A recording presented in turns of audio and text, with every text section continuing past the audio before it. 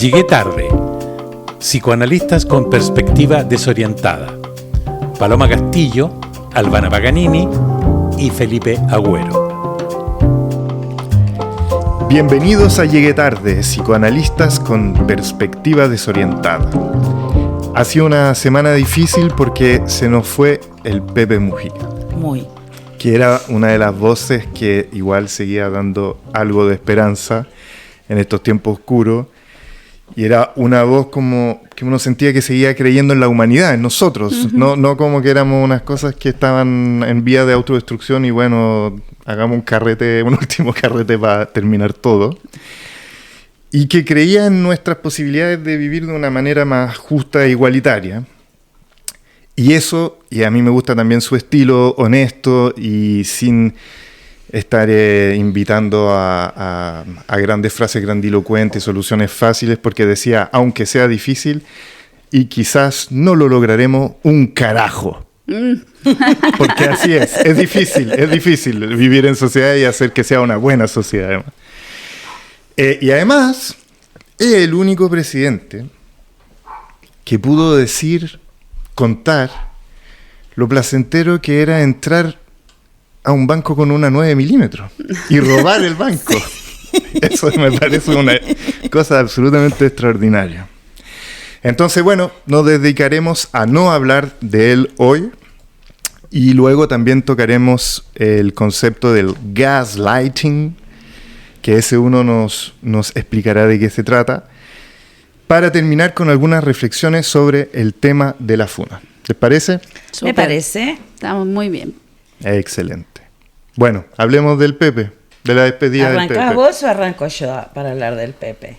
Bueno, yo creo que Albana siempre puede hablar muchísimo más, primero porque es un compatriota de nuestra Albana, ¿no? Y eso de alguna manera también hizo que todos dirigiéramos nuestro duelo como a acompañar un poco a Albana. A mí me parece interesante que yo creo que Pepe Mujica encarna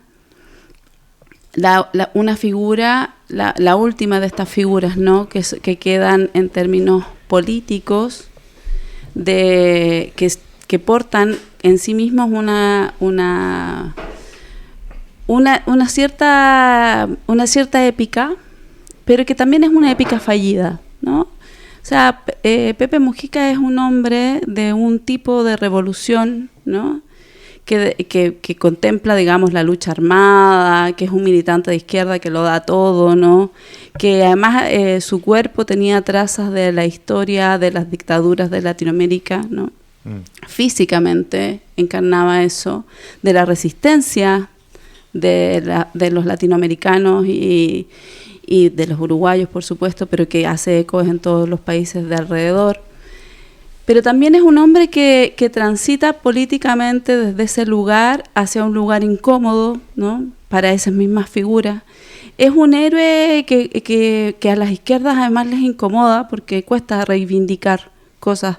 No puede ser una reivindicación absoluta porque no es un hombre que haya respondido durante toda su trayectoria, desde el principio hasta el final, a un discurso impoluto de la izquierda, ¿no? Pero no tenía nada impoluto. De hecho, hay cosas que salieron que molestan, digamos, a ciertos sectores más infantilistas, ¿no? Que esos amigos míos, que yo tengo un montón de amigos así, que es como cuando tú decís, no, Fidel, y sacan 900 anécdotas y formas de decir que Fidel no era el gran hombre revolucionario, sino que había, no sé, celebrado o conmemorado la muerte de Franco, o había hecho tal cosa para alguien más, ¿no? En el fondo, como esa idea infantil que todavía se sostiene en gente muy grande de mi edad, ¿no? De que es posible liderar, ser un líder político sin renuncios, ¿no? Sin haber estado atravesado justamente por la falta, sin ser un humano que tiene un montón de defectos. O sea, como que se nos muere un último representante de quien intenta hacer un proceso revolucionario por todas las vías y que entre medio pasan 100 millones de cosas que develan lo humano que era. Vos sabés que yo pensé algo parecido, es decir, yo ¿cómo no hablar de Mujica? Tampoco me parecía que tenía que hablar de su coherencia, ni de su hacer político, porque tú ya hablaste de eso, siendo además yo frente amplista. Aclaro que el Frente Amplio uruguayo nada tiene que ver con el Frente Amplio de aquí. El Frente Amplio en Uruguay es un partido realmente de bases. Pero ayer leí un libro, decía, ¿cómo voy a hablar de Mujica? Y estaba leyendo un libro que Paloma me pasó, que se llama ¿Qué resta del padre?, de Recalcati. Y gran dije, libro. Es un gran libro. Dije, Mujica fue un padre. ¿Por qué? Porque por un lado encarna un ideal ligado a la apuesta de cierta legalidad y cierto deseo y traspaso generacional, y por otro lado aparece también la fisura, la grieta, la falla. Entonces yo decía, bueno, este es un padre. Él siempre dijo en los reportajes que le hacían que él no había podido ser padre por los avatares de su historia y porque él estaba comprometido en la lucha política, pero realmente yo creo que fue un padre para los uruguayos. Es muy bonito en la ceremonia del entierro que no había ni carabineros ni vallas papales, sino ciudadanos uruguayos de la mano con una polera negra haciendo la guardia y mezclados caminando con el presidente, con los ministros y las personas para despedir a Pepe. Eso me parece, además, un gesto en un mundo donde parecería que esto es imposible, ¿no? Muy solidario, además, ¿no? Todos de la mano, aplaudiendo, con las banderas, obviamente, del Frente Amplio y las banderas uruguayas, pero sin vallas, sin distinción, ¿no? Desde un lugar que me parece, dije, todavía hay ciudadanía acá. Entonces una amiga me decía, bueno, pero Pepe era como un caudillo. A mí me gusta más la palabra padre que caudillo. Yo lo pensé también, porque caudillo tiene algo más tiránico, me parece, ¿no? Pepe era un padre con sus fallas, es un tipo que cuenta lo fallido de los operativos que hacían los Tupamaros, que tampoco se vanagloria, que lo pasó pésimo, y que de alguna manera efectivamente yo creo que para la izquierda también era molesto, porque llamaba a un discurso más amoroso, más conciliatorio, entendiendo también la fragilidad humana, ¿no? Y la fragilidad en la cual estamos todos, ¿no? Bueno, yo también estuve muy triste y por otro lado también aliviada porque sabía que en los últimos tiempos él estaba sufriendo y porque además siento que es un hombre que murió muy dignamente. Él se retiró de la política, se despidió de los uruguayos cuando Yamandu Orsi asumió la presidencia, fue su última aparición en público, donde él se despide, me voy, y le habla a los uruguayos. Bueno, yo creo que ese es un gesto de padre. Sí, es muy importante en su figura. Creo justamente esa manera de ser que él tenía, de ser muy humano, de ser conocedor de sus defectos, de sus dificultades. Me encantaba cuando decía de que tenía ideas, deseos de transformación, pero tampoco tenía todas las respuestas. Que eso es un poco lo que hay de moda hoy, que tienen respuestas muy fáciles, muy simples, o peor, hacen los problemas y se ofrecen para poder solucionar los problemas que generan.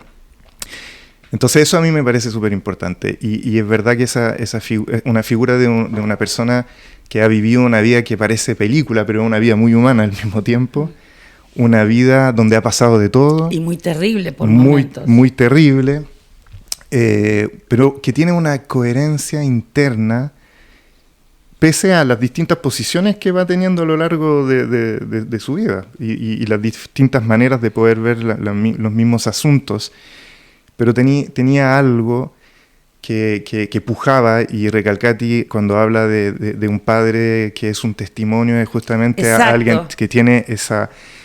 como un hijo que ve a un padre que se mueve en el mundo, que hace cosas, que se equivoca, pero que le da, hay una pulsión ahí interesante que intenta formar, construir cosas. Y justamente yo creo que a mí me encantó también el libro de Recalcati, dice, ya, pensé en Pepe, porque él hace su vida es un testimonio, pero da un testimonio sin grandilocuencia. Sí. Da el testimonio con todas sus fallas, con todo lo que le podemos discutir, pero coherente consigo mismo, ¿no? No había semblante ahí de ser, ¿no? Es la mezcla, como en estos dos ejemplos que pone Recalcati, entre Héctor y el padre de Freud, ¿no? Los dos costados de un padre. Sí, yo creo que los uruguayos quedamos un poco huérfanos. O el mundo entero. Y una cosa que me interesa también mucho de él, porque él también deriva un mito, o sea, que se ha instalado en nosotros, que nosotros pensamos que todos los políticos en realidad son unas basuras, que lo único que quieren es hacerse con el poder de una manera en el fondo narcisista, olvidándose totalmente de la posición en el fondo pública, que tiene que ver con asuntos públicos. Y uno ve a Mujica, que en el fondo es un gran político, sí, pero sin ansia de poder, por el poder, y que comprende muy bien el poder como un medio para intentar gestar cosas y colectivamente. Y algo que me interesó mucho lo que decías tú, y recogí una frase de él que dice: un buen dirigente es alguien que cuando se va deja personas mejores. Esta lucha es colectiva, una lucha de generaciones, que creo que también es importante hablar de eso, porque es una persona que confiaba en otras generaciones, que tenía una apertura para poder pensar que esto es transgeneracional. Obvio, justamente. Porque además te das cuenta que ahí aparece el tema de la filiación, ¿no? Y de la herencia y de la sucesión. Totalmente. Que creo que en ese gesto, que a mí me tenía amigas que me mandaban filmaciones, que estaban ahí en la calle, que a mí se me ponía me erizaba, en ese gesto de estar todos de la mano, aplaudiendo nada más, pasa por la Universidad de la República, todos los estudiantes afuera, pasa por la Facultad de Psicología, todos los compañeros rindiéndole homenaje. Bueno, entonces yo dije, hay ciudadanía todavía. Sí. Hay semejantes, ¿no? Porque en exacto. el fondo la muerte de Mujica y ese acompañamiento que podemos decir en su funeral es la representación de que efectivamente la vida de Mujica es un testimonio de una forma de anudar el deseo, como dice Recalcati, que no cede ante ante las distintas coyunturas históricas, porque uno puede leer una trayectoria en términos de su coherencia en función de los primeros actos que hizo o los primeros movimientos en que se involucra, y siempre va a encontrar que a medida que pasa la historia va transformando tanto posiciones como aliados, y esos van a ser evaluados en su determinado momento, ¿no? Hay una dificultad enorme, yo creo, de poder hacer duelos de hombres que son intachables, ¿no?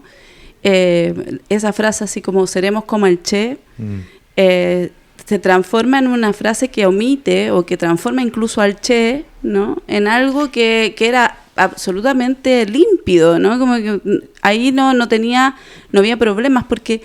Y yo creo que nosotros en general tenemos este rollo de que efectivamente no podemos tolerar que las figuras que hemos puesto en el lugar de la representación de la ley sean figuras que efectivamente sean seres humanos. Y yo creo que con la muerte de Mujica hay un cambio de etapa también en términos de este tipo de personas, ¿no?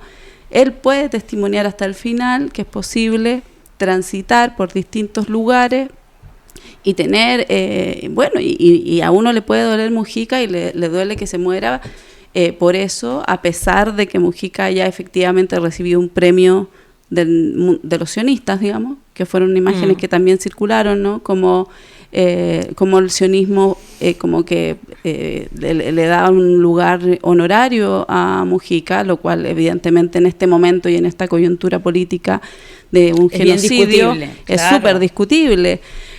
Pero esas cosas no hacen caer un padre, ¿no? lo que transforma a alguien en padre es justamente esos lugares donde se observa la fisura de aquello que no se puede llevar hasta el final como un mandato tiránico, ¿no? Sino que se conmueve, intenta, anuda, ¿no?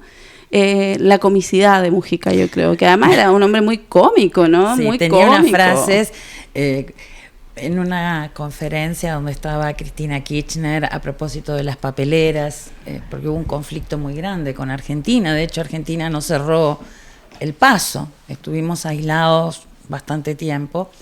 ¿Por el comentario desafortunado hacia Cristina? No, porque por la discusión de las papeleras, porque se instaló del lado de la ribera uruguaya una papelera, evidentemente que los argentinos decían que iban a contaminar, obviamente que una papelera contamina, pero ese no era el problema.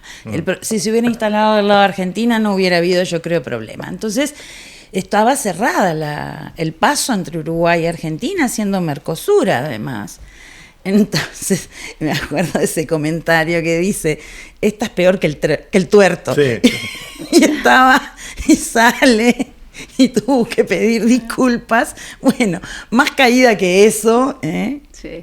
No, pero eran caídas cómicas, ¿no? Que yo creo que eso es un poder también, ¿no? Sí. El poder de decirle a la gente, bueno, ustedes tienen que intentarlo, aunque uno no gane un carajo en esto, ¿no? Tienen que seguir. Es la apertura del porvenir, ¿no? Un padre tiene la tarea, de acuerdo a lo que dice Recalcati, un padre existe en la medida en que abre el camino hacia un porvenir.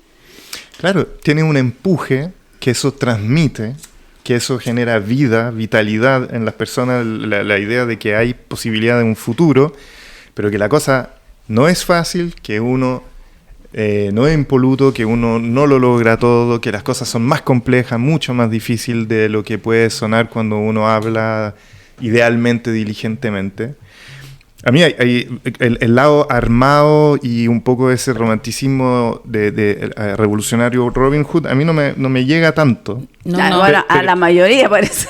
Pero no, a algunos les gustará, me imagino, no sé. Pero hay anécdotas muy sabrosas. Sí. Hubo un operativo muy famoso que era el operativo Pando en Uruguay, que fue la primera gran toma de los Tupamaros, que se toma en una ciudad como sería Rancagua.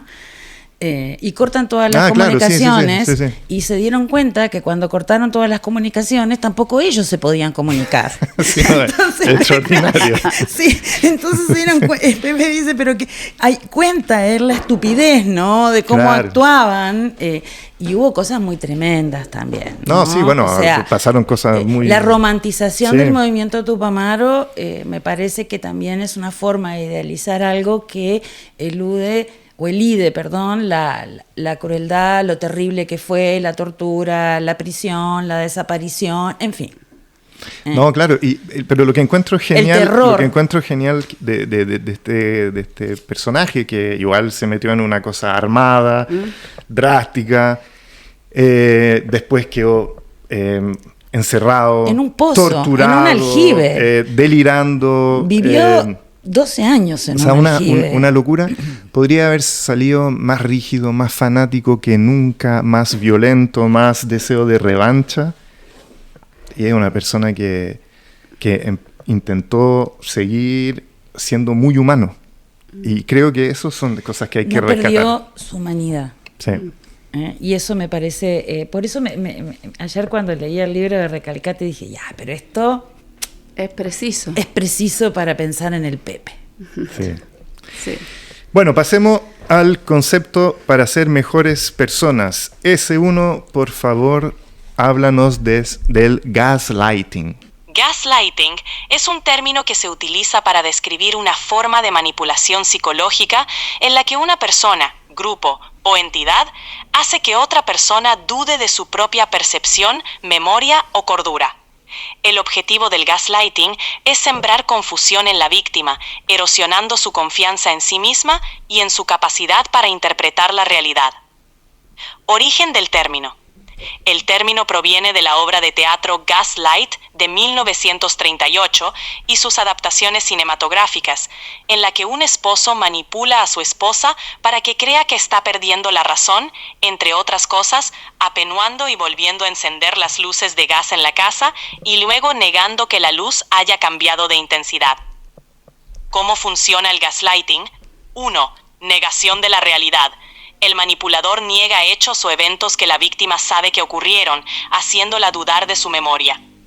2. Minimización de sentimientos. Se desestima o ridiculiza lo que la víctima siente o percibe, haciéndola sentir que está exagerando o que es demasiado sensible. Proyección. El manipulador acusa a la víctima de comportamientos o actitudes que en realidad él mismo está exhibiendo, desviando la atención y creando confusión. 4. Aislamiento. El manipulador intenta aislar a la víctima de amigos, familiares o cualquier fuente de apoyo que pueda confirmar su versión de los hechos. 5. Creación de dependencia. La víctima comienza a... Ya entendimos. Ya. Ese uno me agotaste. Eso pasa cuando le preguntáis a la base de datos más grande del mundo. Sí. Es infinita la weá. Capaz que llega al número 100, ¿viste? A mí me parece que gaslighting es lo que hace el mundo con nosotros a esta altura, ¿no? Sí. O sea, como que gaslighting, o sea, yo sé que la gente lo quiere aplicar a la cuestión de género o al acoso laboral, pero la verdad es que todo lo que dijo ese uno sobre gaslighting, a mí me parece que es lo que hace Milei. Yo pensé lo mismo, y las redes sociales, entonces, y todo el tiempo, y ¿no? los discursos, que al final no sabes si es verdad, si es mentira, si pasó, o sea, ¿nos si no subieron pasó. la luz o no la subieron? Exacto. ¿No? Porque en el fondo ahora parece como que no la subieron, como parece que en realidad es natural que uno pague esa brutalidad en luz eléctrica, todo lo que ocurre, o sea, el negacionismo en materia de violación a los derechos humanos es un gaslighting. O sea, lo que ellos hacen es decir, bueno, esto no pasó y tu percepción de que pasó es irrealidad o no pasó en esa medida, y que haya gente que tiene que estar estableciendo, imagínate, gente que se alegra cuando se hablan de las cifras reales de desaparecidos en Argentina. O sea, como que en el fondo hay una especie de constante negacionismo respecto a la magnitud de desaparecidos. Entonces, a mí me cuesta pensar esto en el plano interpersonal e incluso clínico, cuando efectivamente hay los principales líderes del mundo ocupan las redes sociales y los medios de comunicación para hacerle esto al mundo. O sea, como que efectivamente todo el tiempo está ocurriendo en Gaza, en todas partes, en Estados Unidos, ¿no? Trump es un gran gaslighteador, si es que esa palabra existiera. Bueno, el primer Goebbels, miente que algo quedará, ¿no? Efectivamente, ¿no? Y es un poco el discurso también de negacionista de las dictaduras. Estoy de acuerdo con vos que es mucho más interesante pensar esto del gaslighting en relación a la política actual y a nuestra cotidianeidad que ponerlo en términos personales, ¿no? De manipulación o de una relación perversa o de un tipo perverso. Total, como la película, sí. ¿no? Porque efectivamente hay continuamente una desmentida en la actualidad de cosas, ¿no?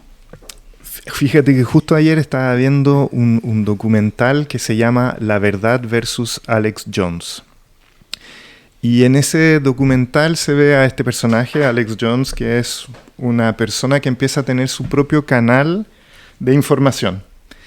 Y bueno, le empieza a ir bien con sus, en general, pura fake news en realidad. Y pasa de lo regional a lo nacional. Y el foco del documental tiene que ver con que hay un tiroteo en una ciudad de Connecticut, donde un chico mata, ponte tú, a 30, en una escuela primaria, niños de 6, 7 años, 30 personas. Y este personaje empieza a decir, acostúmbrense a estas matanzas porque van a venir olas de mentiras y mentiras con respecto a eso. Insiste durante años de que es una conspiración, a tal punto que los pobres padres que intentaban hacer un duelo terrorífico de algo que destruye una comunidad, empiezan a intentar defender su verdad para poder tener una cierta coherencia en la vida. Entonces aparecían en los medios diciendo, bueno, que habían vivido lo que habían vivido, etcétera, etcétera, y después, bueno, pero el impacto de este personaje era tan grande que en un momento en Estados Unidos 75 millones de personas pensaban que la matanza era falsa. Y encontraban a los padres en la calle y la gente le decía, buena, eres un buen actor, genial, déjate de mentir, no sé qué cosa. Y uno va viendo el documental y empieza a vivir los efectos de este famoso gaslighting, que es enloquecedor. Exacto. Es enloquecedor. Y llevan a este personaje al tribunal, y el tribunal que intenta sostener todos los canales, los medios que conocemos para poder intentar resguardar procesos, para poder cuidar la verdad, para hablar desde los hechos. Y este personaje llega, payasea en el tribunal y después sale y empieza a encontrar las maneras más brillantes de socavar todo el sistema. Y es impresionante cómo al final esta persona logran a socavar los cimientos mismos de nuestros núcleos significacionales, de cosas que son básicas como para poder estar tranquilo y vivir. Entonces, efectivamente, no es solo la mujer o el empleado que está perdiendo completamente, en este caso, como digamos, sus cabales. Es todos nosotros que vivimos permanentemente con un defecto de significaciones mínimas, válidas, convencionales y compartidas, y de ahí podemos conversar, pero acá se socava la estructura misma. Exacto, es como una especie de psicosis colectiva, ¿no? Sin duda, además como el sentimiento de culpa de haber levantado algo que parece no ser cierto, o haberse hecho parte de algo que parece no ser cierto, los efectos que tiene esto. La verdad es que yo escuchaba lo de gaslighting y decía, bueno, gaslighting es lo que es una palabra que inventaron para decir lo que nosotros deberíamos decir que es un abuso psicológico, que además no solamente, porque nosotros tenemos la tendencia a suponer que esto tiene que ver con las redes sociales, ¿no? El otro día estaba hablando con alguien de una persona que hizo una crítica literaria súper demoledora sobre un libro, que no lo voy a repetir para no seguir aumentando esto, que es alguien muy connotado en las críticas literarias. Entonces estaba hablando con alguien y le decía, bueno, yo voy a leer el libro porque lo que quiero es un poco encontrarle una mirada al libro que sea un poco menos cruel, ¿no? Entonces ella me decía, no, porque por esto de las redes y no sé qué.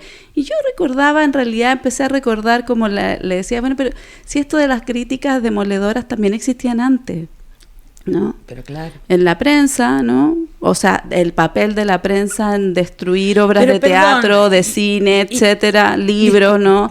En esta columna. O sea, como que la disputa, en realidad, las redes sociales no vinieron a inventar esto, ¿no? Perdón, el tema de los desaparecidos. Cuando se hablaba de que eso no existía, yo lo escuchaba de niña, de que eso era una mentira. ¿Cuánto costó en nuestras sociedades hablar y abrir y develar? ¿Cuánto trabajo tuvieron las abuelas de Mayo, de la Plaza de Mayo? O sea, esto no viene con las redes sociales, forma parte de las cosas más abyectas de los sujetos y de las sociedades. Me parece a mí, ¿no? Que es importante. No. Yo me acuerdo en la época de la dictadura, desaparecidos, se negaba, se desmentía todo el tiempo. Sí, ahora claro, en dictadura había un monopolio de la información que se vertía, y lo extraordinario es que ahora en democracia exista como la posibilidad de... en democracia deberían existir las posibilidades, eso está claro. Pero lo heavy es la capacidad que tienen ciertos discursos de mermar ciertos aspectos que terminan siendo ya fundamentales, en realidad. Y bueno, lo hemos tratado en distintas otras ocasiones, cuando hablábamos del problema de la realidad, cuando hablábamos de nuestro propio psiquismo, que tiene una tendencia a querer alucinar a veces más que ver la realidad, y uno ve aquí cómo se despliega eso con toda su fuerza. Y cuando yo veía el documental y este hombre que mentía y mentía y mentía y mentía, y una víctima le decía, bueno, yo sé que tú sabes de lo que estamos hablando. pero tú decides seguir mintiendo. Entonces, evidentemente que ahí hay unas personalidades que son capaces de no tener ningún tipo de buena fe con respecto al intento de convivir con el otro. Porque al final el gaslighting es eso, es te anulo, encontraré la manera de anularte. Y ese uno lo sabe mejor que nosotros porque ha escrito un libro que se llama Hipnocracia, y que habla justamente de que el fenómeno actual preponderante en las capacidades de generar ciertos tipos de influencia tiene que ver con cómo manipular las percepciones, los recuerdos, los pensamientos, las fantasías de todos nosotros. Entonces, bueno, ese es un concepto que está ad hoc a las vivencias del momento. Claro, y también uno puede reconocer o pensar, ¿no?, que efectivamente eso es ese fenómeno que le ponen así, gaslighting y todo, es un fenómeno que efectivamente se vive, es constitutivo de las relaciones de violencia dentro de las parejas, dentro de las familias, dentro de los trabajos, ¿no? O sea, yo clínicamente he visto a lo largo de los años como efectivamente uno puede ver con mucha regularidad que en los empleos las personas viven situaciones jerárquicas en donde la cuestión de la negación sistemática de los hechos ocurre, la proyección de lo que tú estás haciendo, lo haces para dañarme, y en realidad... Una forma de maltrato laboral. Una forma de maltrato laboral que es absolutamente difícil de explicar y por lo tanto produce muchísimo malestar. Hay mucha gente en este minuto sometida a procesos de gaslighting, diría yo, sobre todo en los lugares laborales, pese a la ley Karin, que es una ley que nunca nadie sabe cómo aplicar, porque es una ley nueva en Chile y por lo tanto recién está instalándose y está llena de excesos y nadie sabe bien qué hacer con ella, pero lo cierto es que aquí hay un montón de situaciones donde estas formas de violencia están entre nosotros, y lo que nosotros los psicólogos terminamos haciendo es haciéndonos cargo de los efectos que tienen sobre el yo, ¿no? La baja autoestima, la dificultad de hacer, en términos de sentir que no se puede hacer nada para contrarrestar esa versión, ¿no? O la gente que pasa el día grabando cosas. ¿Se han fijado que ahora la gente tiene la tendencia, primero, a suponer que el otro te está grabando? O a grabarlos, ¿no? Que son dos cosas que a mí me parecen insólitas, porque antes nunca teníamos personas que alegaran, digamos, o sospecharan en una relación que estáis grabando en una discusión, ¿no? Que el detonante del conflicto mayor sea, me estás grabando. O sea, a mí eso me parece que es parte como de una subjetividad que podríamos analizar quizás también en otro momento, que tiene que ver con la paranoia, ¿no? Eso te iba a decir, esa es una forma actual de paranoica, ¿no? Grabo porque tengo que dejar, tiene que quedar claro lo que tú me estás diciendo, lo que yo te voy a decir, y supongo mala fe de tu parte. Supongo, ¿no? Mala fe. Siempre pienso lo peor de ti. Exacto. ¿No? Tú vas a hacer algo que me va y yo necesito resguardarme. Entonces la gente está llena de pantallazos. O sea, yo creo que si pedimos los teléfonos pasamos por la calle, llenos de pantallazos de cosas que un día van a ocupar, ¿no?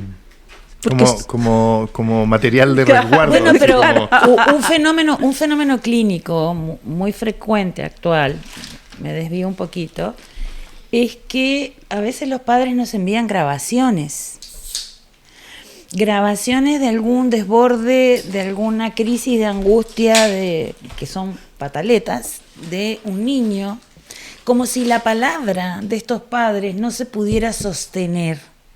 Y necesitan la evidencia. Ahora, a mí me pasa personalmente que me da mucho pudor cuando recibo estas grabaciones, me dan pudor, porque yo digo, bueno, pero ¿qué mira ese ojo cuando graba este niño tan angustiado? ¿Quién lo calma? Si yo estoy con la cámara mirando su pataleta. Pero es muy frecuente que nos manden. Supone, el padre supone, o la madre, quien lo graba, supone que tú no le crees. Exacto. Como si yo necesitara mirar. No basta con la palabra. No, la palabra ya no se sostiene. Yo tengo que ver la evidencia. Es muy curioso eso. Y es bien frecuente, te diré. Sí. Bueno, algo igual tiene que ver con lo que vamos a conversar ahora, que es el tema de la funa. Tema muy espinudo. Uf. Nos decidimos a tomarlo aquí porque después vamos a hacer un corte y vamos a hacer un nuevo Llegué tarde. Entonces este es el último capítulo de nuestra temporada. Capaz que nos funan, así que claro, nos cambiamos de imagen. Vamos a cambiar la imagen justamente porque este capítulo va a ser el más duro de todos los capítulos. Sí, nos van a funar. Sí. Bueno, pero nos podemos equivocar. Sí, es como el Pepe, la fisura, a veces uno deja la cagada, claro, nomás, no nos Oye, idealicen. existe la castración, por favor. Ahora, igual digamos que encuentro que es más fácil hablar de esto ahora que hace un par de años atrás. Sin duda, ¿no? Igual ahora han entrado espacios donde se siente Sin que hay más duda. reflexión sobre el asunto. Hay una columna súper interesante que leí el otro día, hace un par de semanas, a propósito de un episodio de Funa, Sí. que es una columna de la revista Común. Después voy a citar la autora, ¿no? Donde Está escribe, buenísima. es muy buena porque en el fondo es una contrafuna, ¿no? Es una columna donde habla acerca del efecto que ha tenido la funa en México y por supuesto en el mundo, pero que tiene una parte entre medio que a mí me pareció genial, que es una cuestión de perogrullo, ¿no? Y que es que efectivamente hoy día en el 2025 nosotras, estamos en condiciones o estamos autorizadas, o ella nos autoriza en la columna, cuestión loquísima si uno la piensa, a poder defender nuestros amigos. Y a poder acompañar a nuestros amigos. Totalmente. Exacto. Incluso acompañarlos si es que se equivocaron. Que es algo que no pasaba en el 2018. O sea, en el 2018 uno tenía que abandonar sus vínculos, ¿no? Porque alguien dijo, porque otro siguió, porque alguien más tiene un testimonio, y porque dicen aquí, y porque Mengana me llamó, y porque me escribieron no sé dónde, que porque pusieron un comentario, uno tenía que, supuestamente, yo no lo hice, pero supuestamente eliminar una serie de gente, eliminarla, porque ese era el concepto, ¿no? Exacto. Y que hoy día ella dice esto, y a mí me pareció tan bello que ella pueda poner en escrito, digamos, una cuestión que es lógica. ¿Por qué tú no vas a tener derecho a acompañar a tus amigos? Cuando la han cagado. Sí. O cuando no. O no. O no. O sea, pero pongámonos en el tema de que la sí. cagó. ¿Cómo? ¿Por qué o sea, tendría que dejar de hablarle a alguien que yo quiero y que es mi amigo Tú también, o mi amiga? Albana, tú y yo estábamos trabajando en universidades en aquel entonces. Sí. Y, Yo también. Y tú también. Y entonces yo vi el deterioro, o sea, vi una cierta magia por un lado, porque había un movimiento muy interesante, muy virtuoso, con cosas muy importantes que sucediesen, pero también venía acompañado de un lado oscuro en el que yo pude ver en la convivencia entre los alumnos una ruptura y cosas muy violentas y dolorosas y violentas. Y aislar a compañeros, o sea, los chicos, y voy a decir algo, que venían funados desde la media por las redes sociales, entraban a la facultad y no se les dirigía la palabra, no se hacían trabajos con ellos. Y muchas veces hasta se les decía: te estamos refunando, ¿sabes por qué? Porque tú tenías la responsabilidad de decir a toda la comunidad que tú eras un funado. Exacto. Que también es una cosa. ¿Quién llega a la universidad el primer día presentándose con ese cartel que te deja la cagada en tu vida? O sea, a mí me tocó hablar... Que te totaliza tanto que deja de existir otro aspecto de ti. Me tocó en un momento hablar con un estudiante que estaba postulando un servicio que yo en ese momento coordinaba, y un grupo de chicas me vino a decir que ese chico estaba funado y que había que considerar su ingreso para formarse. No había denuncia, no había pasado por el comité de ética, no había absolutamente nada. Solamente dijo, hizo, miró en una fiesta, no sé qué, no sé cuánto. Y me tocó conversar con este chico y él me contaba, ¿no? Lo duro que había sido su vida en la universidad, solo, los 5 años solo, aislado. Entonces, efectivamente, bueno, en ese momento yo llamé un poco y dije, el derecho a la educación es el derecho a la educación, y aquí no hay una denuncia formal, no hay un proceso judicial, no hay nada, lo siento. Pero eso a los profesores también nos podía costar duro, ¿verdad? Pero o sea, lo que dice la Paloma es también que si tú tenías el valor de no abandonar a una persona que tú conociste por muchos años y muchas más razones que un acto funable, o en el fondo no necesariamente debería ser funable, podría ser criticable, cuestionable. Criticable o cuestionable, sí. Pero pasaba efectivamente de que si tú lo cuidabas, lo protegías o intentabas formar parte de ese momento en que él tuviese que generar alguna reflexión, cambio, algún proceso, tratamiento, lo que sea, eras un funado también. Eres del mismo, dentro del mismo saco, no hay medias tintas. Yo nunca cedía a eso, pero ha pasado de recibir amenazas, de recibir comentarios para que uno no se junte con otra o con otro porque ese está funado y entonces lo clausuramos o la clausuramos. Eso a mí me parece un fascismo espantoso. Entonces, las funas, que en un momento yo creo que tuvieron un valor social cuando no había justicia, con torturadores, con situaciones que lesionaron profundamente las sociedades, ahora se vuelven una forma de cancelar al otro en un traspié, en algo que se equivocó y que ni siquiera es necesario demostrarlo. Basta que uno diga y te ponga en las redes sociales para que ya te cancelen. Pero además hay algo que es súper interesante en un artículo que escribió Felipe justamente, y que tiene que ver con que la funa además aparece en un momento en el cual, primero, por un lado, se autoriza un cierto tipo de lazo en la sexualidad, ¿no? Más libre, sin compromiso. Aparece a la par todo este tipo de relaciones que son poliamorosas, ¿no? Porque eso fue a la par. O sea, a la par existía un mundo que era como somos poliamorosos, libres, sin compromiso, podemos hacer y estar con quien queramos, ¿no? Una suerte de definiciones más vagas en las relaciones, con las cuales la verdad es que la sociedad no supo lidiar. Entonces, ¿qué empieza a ocurrir? Que las funas tienen que ver, muchas de esas funas tienen que ver con actos que evidentemente nuestras generaciones habían cometido por los siglos de los siglos. Por ejemplo, tener sexo con alguien y no llamarlo al otro día. Sí. O no llamarlo nunca más. Exacto. Que eso era súper probable en cualquier minuto de la historia, digamos, y que además en la situación poliamorosa en la que se supone que vivíamos de libertad sexual, era tremendamente posible.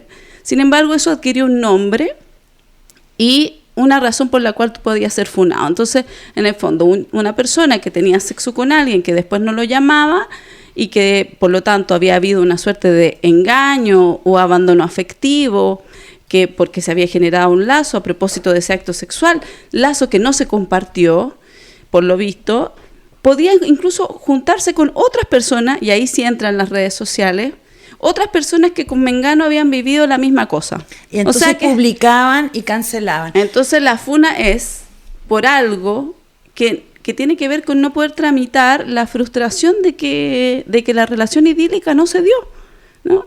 Y que una persona puede acostarse con varias personas porque eso autorizaba el discurso social. En esta discusión con las estudiantes le decía, pero no confundan lo que puede ser un mal pololo con un abusador, o lo que puede ser un pelotudo, si querés, de última, con ser abusador. Eso es otra cosa.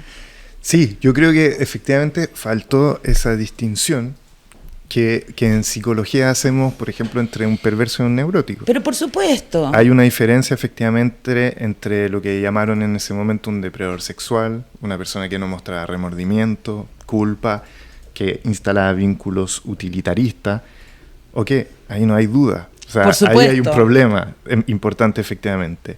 De lo que yo recibía en aquel entonces en mi consulta o en la universidad, además, a la par, uno tenía una sesión con una chica que había sufrido de abuso. Y otro que había sido funado. Y después llegaba el funado. Eso pasaba. Y veíamos todo esto al mismo tiempo. ¿Vos sabés el problema que teníamos en la sala de espera de la clínica? ¿Vos sabés el problema que teníamos en la sala de espera de la clínica para que no hubiera cruce? Pero por supuesto. Porque estaba el funado con la chica que también... Claro, todo eso fue tema en ese momento. Locos.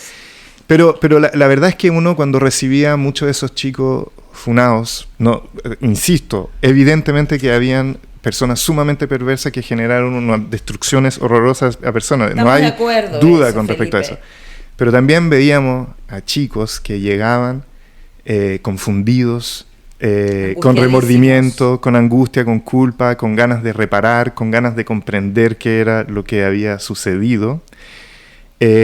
Y ahí hay una primera diferencia. Y después, a mí hay un libro que en ese entonces leí que era de la Sarah Schulman, y el título dice mucho de una, si te dice, conflicto no es abuso. Y creo que en aquel entonces... Se confundía.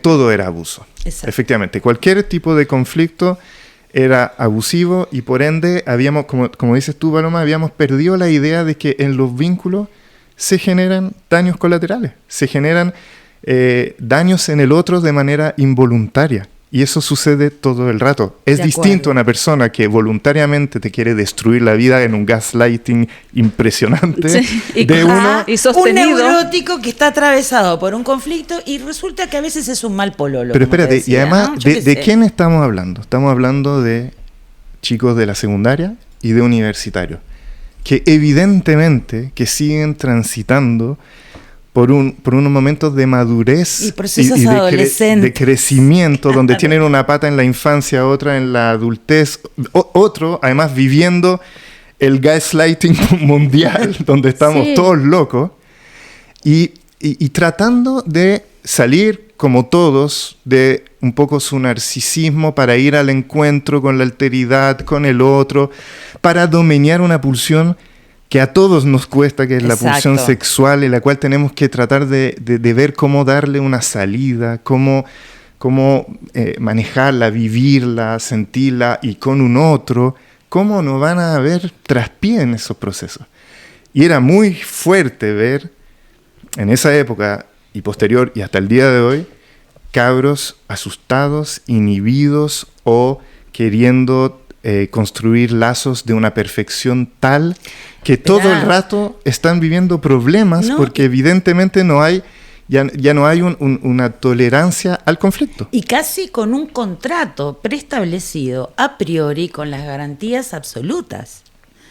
Una locura. Era mejor casarse. Y más o menos, ¿viste? Mira, hay por ejemplo, a mí me hizo mucho sentido eso con un texto de Baylius, que se llama El fin del amor, donde ella habla un poco de cómo ha habido esta racionalización emocional y la lógica del mercado que ha precarizado los vínculos afectivos, pero donde efectivamente los vínculos afectivos están tan precarios que hay gente que construye una relación amorosa a posteriori a propósito de la funa. Es decir, ahí donde no hubo nada, construyen una relación a propósito de una denuncia de maltrato, de abuso, porque en realidad se construye retrospectivamente un vínculo. Entonces, personas que en realidad nunca tuvieron un vínculo con esta persona, por ejemplo, está este caso como de, no sé si se acuerdan, de Miau Austral. No. Hace poquito, que fue una polémica que terminó hasta en tribunales, que es una influencer de redes sociales que salía por Tinder, salió con un par de chicos con los cuales tenía más o menos la misma conducta, que en el fondo lo que hacía era que salía con ellos, pasaban cosas, ¿no? Uh-huh. Después ella como que se construía una relación amorosa con estas personas en su mente, que uno tiene derecho a construirse relaciones amorosas con personas en su mente, pero no a suponer que el otro va a responder a eso, ¿no? Y luego los tapizaba a correos electrónicos, a mensajes, a decir que en el fondo ellos la habían dejado sola, que en el fondo no respondían, que eran unos cobardes, los maltrataba, había correo electrónico. Como Bebé Reno. Así. Y luego, y cuando salió lo de Bebé Reno, salió esta funa y se hizo bien popular porque efectivamente primero salió este chico que hace como una denuncia a tribunales por acoso. Y luego sale otra persona que también había vivido lo mismo con la misma persona, ¿no? Y esa es una relación construida a posteriori.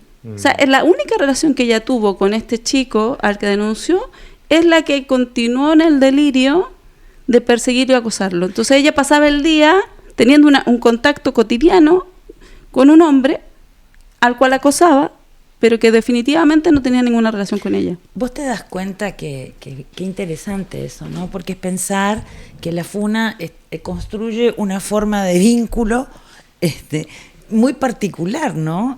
Delirante, ¿no? Tengo un hombre al cual acoso, acuso, lo escracho en las redes, lo hago pebre, estoy pendiente, veo que amigas y amigos tienen, entonces llamo por teléfono. Gasto un tiempo.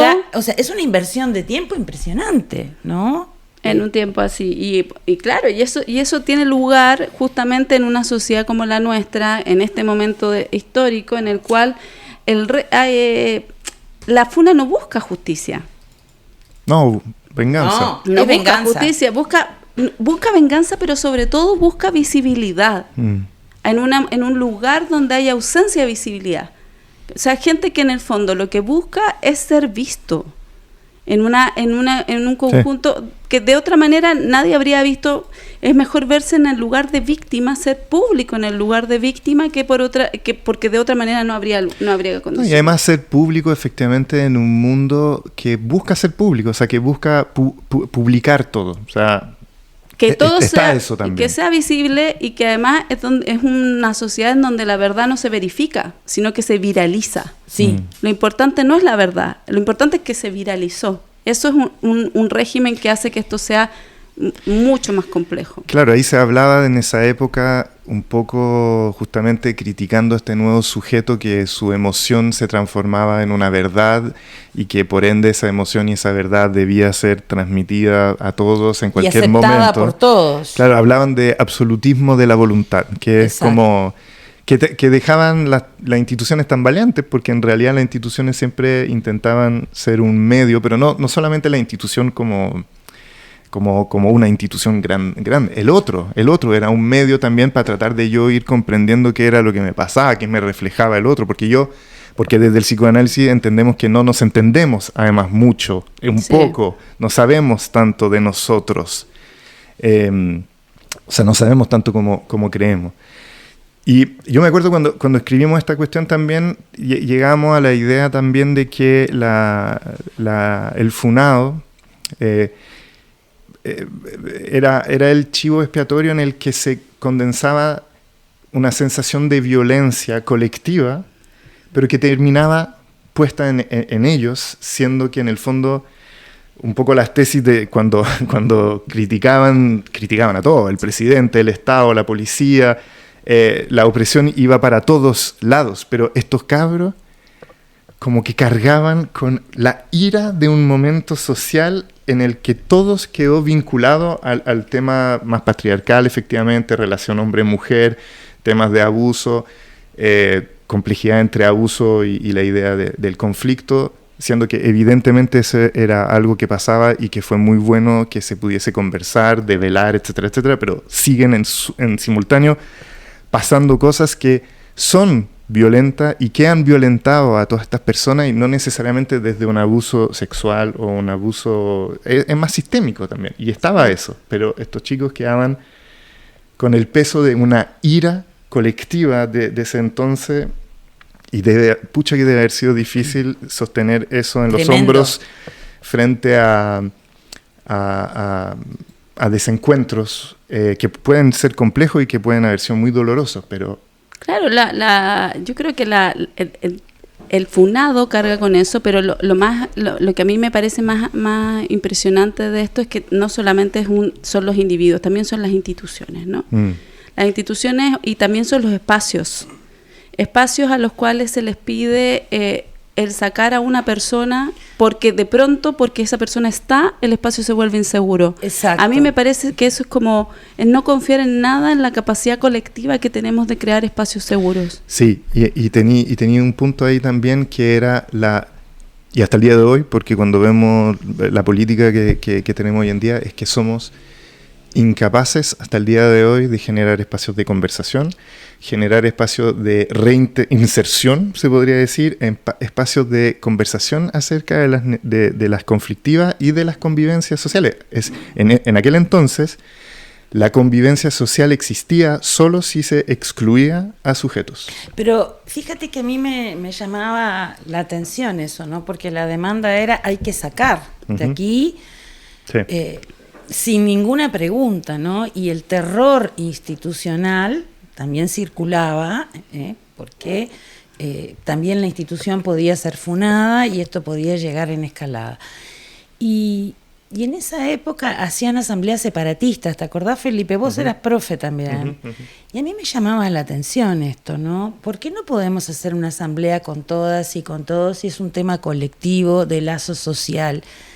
Yo entiendo, y esto no es negar las temáticas de género en absoluto, ni las críticas que podemos hacer patriarcales, pero yo creo que sacar a los chicos de las asambleas para hacer asambleas solo de chicas, a mí me parecía muy curioso, ¿viste? Se llamaban separatistas. El día de mañana tenemos que seguir viviendo juntos. Exacto. O sea, lo que pasa es que en el fondo no tenemos ninguna confianza en que somos capaces de crear. Imagínate, una asamblea que tiene 50 chicas y que tiene 30 chicos, no sentimos que es capaz ese espacio público, primero de ser público, segundo de ser seguro.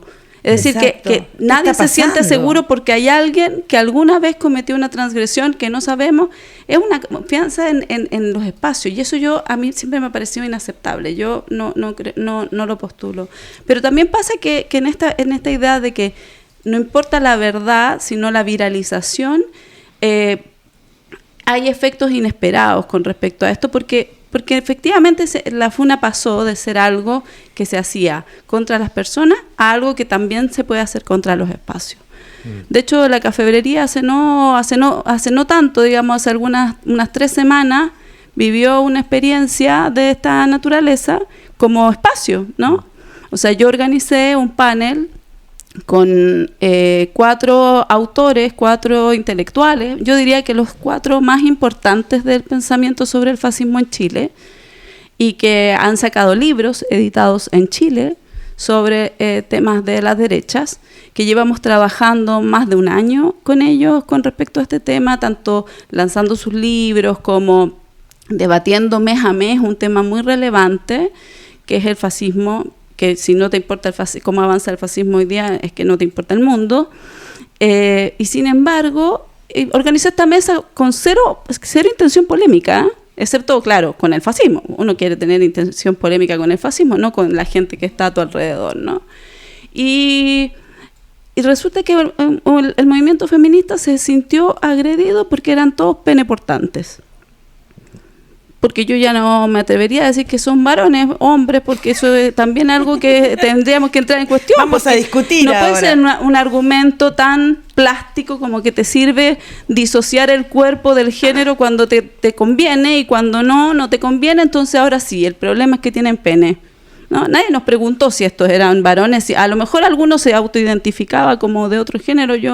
La verdad, yo creo que no, pero podría haber sido, ¿no? Sí, ¿por qué no? O sea, tú ves un afiche con 4 nombres masculinos y supones inmediatamente que todos tienen un pene, y por lo tanto supones que se excluyó intencionalmente a mujeres para invisibilizar su producción académica, intelectual, etcétera, ¿no? No, y además hay una cosa algo rígida en el sentido de que cuando uno conoce el espacio de la cafebrería, uno cacha un poco la onda, lo que tratan de hacer a nivel colectivo.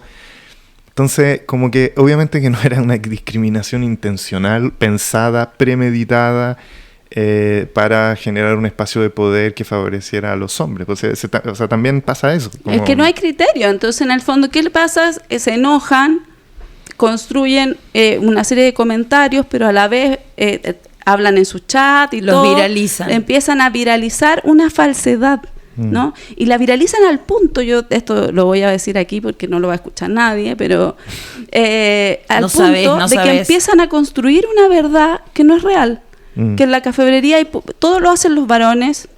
Entonces recibimos de un amigo cercano que trabaja con la cafebrería, que hace cosas ahí, que ha lanzado libros y todo, y recibimos un mensaje que dice, oye, ojalá en este ciclo que están organizando incluyan mujeres.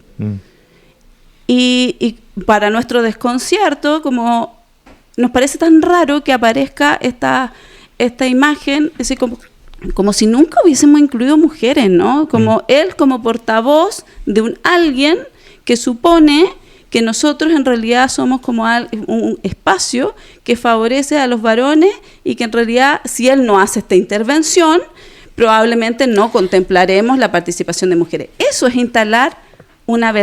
viralizar algo falso. Paloma, lo que pasa es que no vinieron a nuestro seminario psicoanálisis para descolonizarse. Sí. No tuvieron idea.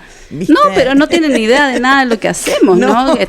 Pero transforman esto en una verdad al punto que un amigo se siente en la necesidad de comentar, incluso de proponernos ceder su lugar y ayudarnos a encontrar una mujer que nos ayude a que este espacio no se vea tan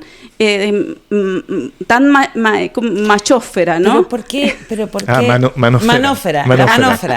Machófera. Esa es mi nueva palabra. Pero además, a mí me llama mucho la atención eso, ¿no?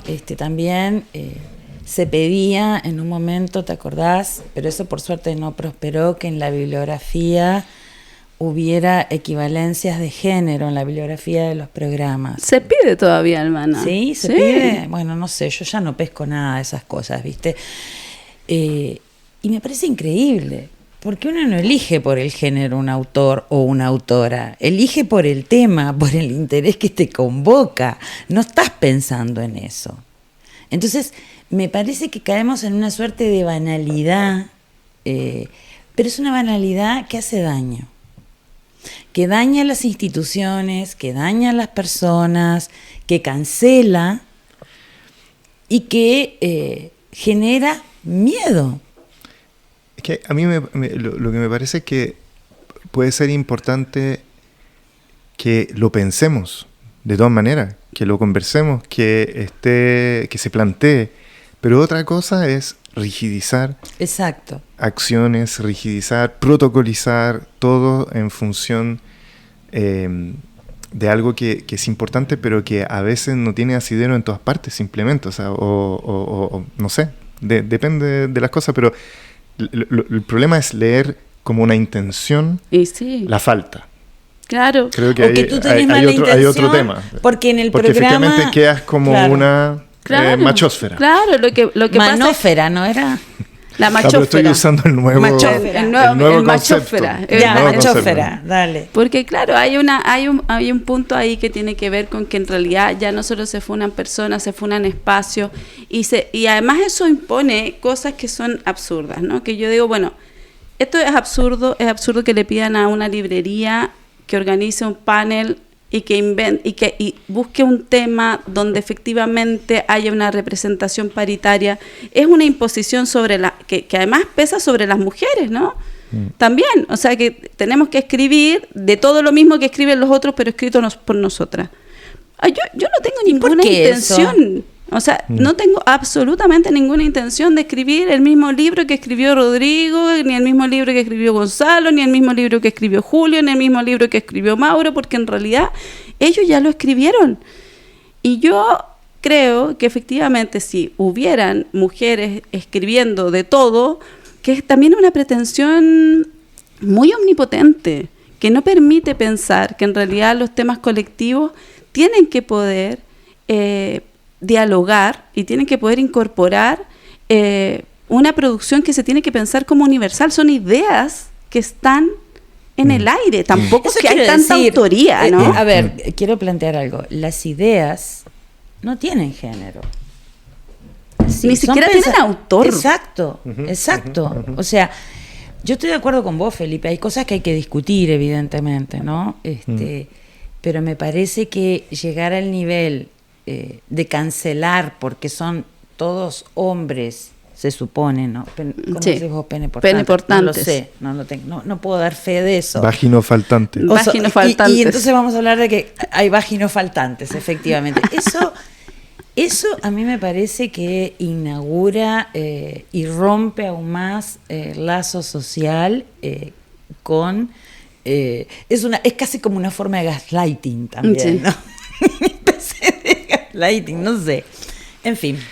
Bueno, sigamos, terminemos con el minuto cafebrería. Bien, yo voy a partir recomendando una película en realidad. O sea, yo creo que la tienen que haber visto, ojalá la hayan visto todos y ojalá esta recaiga como para que los que no han ido vayan. Yo creo que la mejor película que he visto en mucho tiempo es Denominación de Origen. Es una película increíble, qué manera de reírme, una película chilena, la más vista hasta ahora, es impresionante el efecto que ha tenido. Es una película que está hecha por un director que es de San Carlos, es una película que se hace en San Carlos, que además no tiene actores, hicieron un gran casting en San Carlos donde decidieron quiénes eran las personas que iban a actuar. Es una maravilla, está hecha, yo diría que cada detalle de la filmación está pensado con una intención y hace que sea tan cómico que, bueno, y uno termina convencido de que las longanizas son sancarlinas, que su denominación de origen debería haber sido así.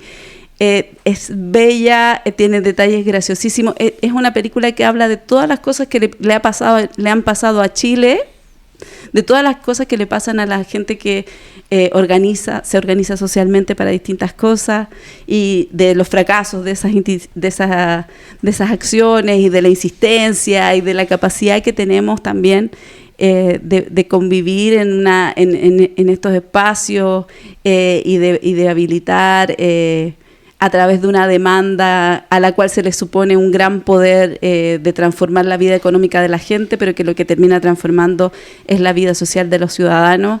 Es maravillosa, así que vayan a verla si no la han visto, porque yo la encuentro genial. No, yo tengo muchas ganas de ir, no he podido ir todavía. Yo les voy a hablar de también una película. Les quiero recomendar La Evaluación, que es del 2024, que está en Prime Video y que es de la directora Fleur Fortune. Y habla de, en un futuro próximo, al parecer una sociedad, no sabemos cuál, que está viviendo una urgencia climática, mala suerte para ellos, y que llevó a la constitución de un Estado autoritario y el acceso a la paternidad de la parentalidad queda restringido. Entonces esa pareja se ve sometida a una evaluación estricta. Y digamos que esa evaluación no se transforma solo en una pesadilla, pero sino que también como que nos lleva a preguntas muy actuales y futuras sobre cosas que estamos o vamos a enfrentar. Y me pareció muy buena, y sobre todo para los que les gusta, como a mí, como esas películas que todo el rato te angustian un poquitito y está ahí entre lo raro y lo espeluznante, como diría Fisher, así como que está todo el rato como lo ominoso, medio ominoso, ¿cachai? Así que lo recomiendo, muy entretenida, interesante. Sí. Bueno, yo voy a hablarles de un libro de Mauricio Rosenkopf, que fue también un tupamaro, también formó parte de los tupamaros rehenes, que estaba preso junto con Mujica. Es un libro muy lindo que se llama Las cartas que no llegaron, que cuenta la historia de su vida, de su familia, desde los campos de concentración hasta las celdas de tortura en Uruguay. Lo vi a Mauricio Rosenkopf en el entierro de Mujica recitándole un pedazo de un poema. Y bueno, me emocionó, así que dije, yo había leído hace tiempo esta novela y bueno, les voy a leer un pedazo. Y fue en la Navidad, las voces del mundo exterior lo anunciaban, habían carneado el cordero y andaban en el hay que adobarlo. Y nosotros ahí en órbita, únicos habitantes del espacio, perdidos en el espacio donde encontrarse con un semejante, encontrar vida interestelar, o de ahí por aquí no más. Era tanto o más que caminar por una vereda con sol. Hasta que arañaron la pared, digamos que la medianera, y era el otro que quería, como yo, confirmar que nuestro planeta estaba habitado.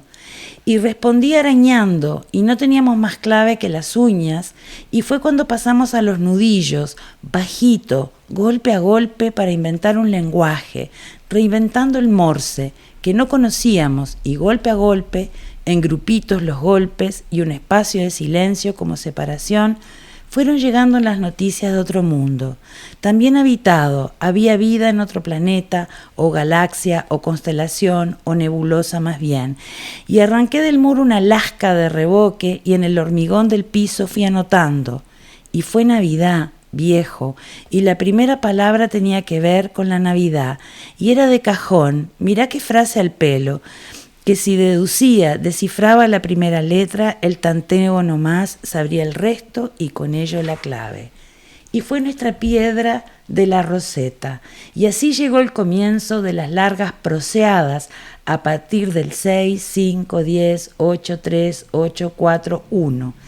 Y a cada letra se le da tantos golpes como su ubicación en el alfabeto, donde la F está en el 6º lugar, y así todo, por lo que 6, 5, 10, 8, 3, 4, 8, 4, 1, 4, quiere decir así como así, viejo era Navidad, no lo olvides, felicidad, felicidad.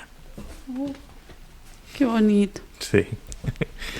Bueno, así se comunicaba Sí. Pepe con los otros compañeros que estaban presos. Crearon una especie de Morse. No, es demasiado necesario para poder seguir hablando. Eso habla del humano, ¿verdad? Sí, po. De la necesidad de estar con otros. Bueno, nos vemos Nos en vemos. la tercera temporada. en la tercera temporada se acabó. Después de la esta. funa. Después de la funa, masajemos superior Vamos a volver recargados. con imagen nueva. Imagen nueva Súper. y eso. Bueno, va a ser hasta pronto. Ya, atómico. muchas gracias por escuchar. Nos vemos. Chao. Nos vemos, chao. Desde la Cafebrería, un espacio que piensa, crea y debate.